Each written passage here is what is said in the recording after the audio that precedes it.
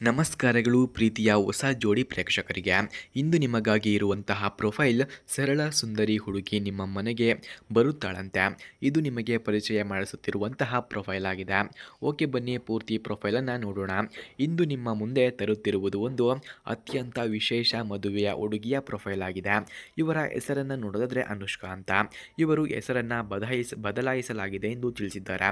ವಯಸ್ಸು 25 ವರ್ಷವಂತೆ.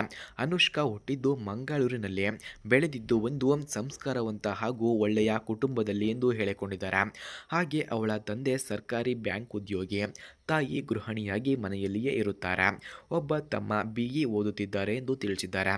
ಹಾಗೆ ಸ್ನೇಹಿತರೆ, ಇವರ ಶಿಕ್ಷಣ ಮತ್ತು ಉದ್ಯೋಗವನ್ನು ನಾವು ನೋಡೋದಾದ್ರೆ ಅವಳು BCom ಪದವಿ ಪಡೆದಿದ್ದಾರೆ ಮತ್ತು ಈಗ ಬೆಂಗಳೂರಿನಲ್ಲಿ ಅಕೌಂಟೆಂಟ್ ಎಕ್ಸಿಕ್ಯೂಟಿವ್ ಆಗಿ ಕೆಲಸವನ್ನು ಮಾಡುತ್ತಿದ್ದಾರೆ.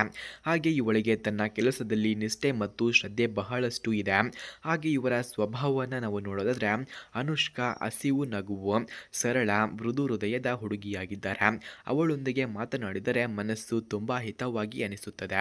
ಅವಳು ಹೇಳುತ್ತಾಳೆ, ಮದುವೆ ಜೀವನ ಪ್ರೀತಿಯಿಂದ, ಗೌರವದಿಂದ, ವಿಶ್ವಾಸದಿಂದ ಇರಬೇಕು ಎಂದು ಇವರು ತಿಳಿಸಿದ್ದಾರೆ.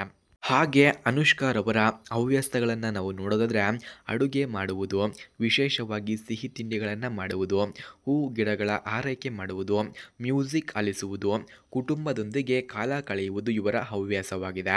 ಹಾಗೆ ಅವರ ಕನಸುಗಳನ್ನು ನೋಡೋದಾದ್ರೆ ಹಾಗೆ ಅವರಿಗೆ ಬೇಕಾಗಿರುವಂತಹ ಸಂಗಾತಿ ಹೀಗಿರಬೇಕು, ಇದೇ ನನ್ನ ಕನಸು ಎಂದು ತಿಳಿಸಿದ್ದಾರೆ.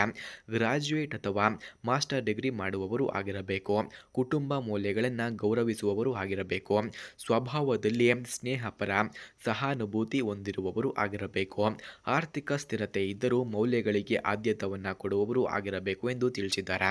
ಹಾಗೆ ಅನುಷ್ಕಾರವರ ವೈಶಿಷ್ಟ್ಯಗಳನ್ನು ನಾವು ನೋಡೋದಾದ್ರೆ ಸರಳ ವೇಷಭೂಷಣ ವೈಶಿಷ್ಟ್ಯವಾಗಿದೆ, ಶುದ್ಧ ಕನ್ನಡ ಮಾತನಾಡುವವಳು, ಹಾಗೆ ಆರೋಸ್ಕೋಪ್ ಅವೈಲಬಲ್, ಹಾಗೆ ಡೋರಿ ಬೇಡ ಎಂಬ ಮನಸ್ಸನ್ನು ಹೊಂದಿದ್ದವಳು ಎಂದು ಹೇಳಲಾಗ್ತಿದೆ.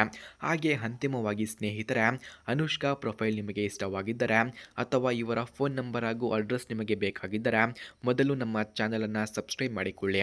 ಆ ನಂತರ ಜಾಯಿನ್ ಎಂಬ ಬಟನ್ ಕಾಣಿಸುತ್ತದೆ.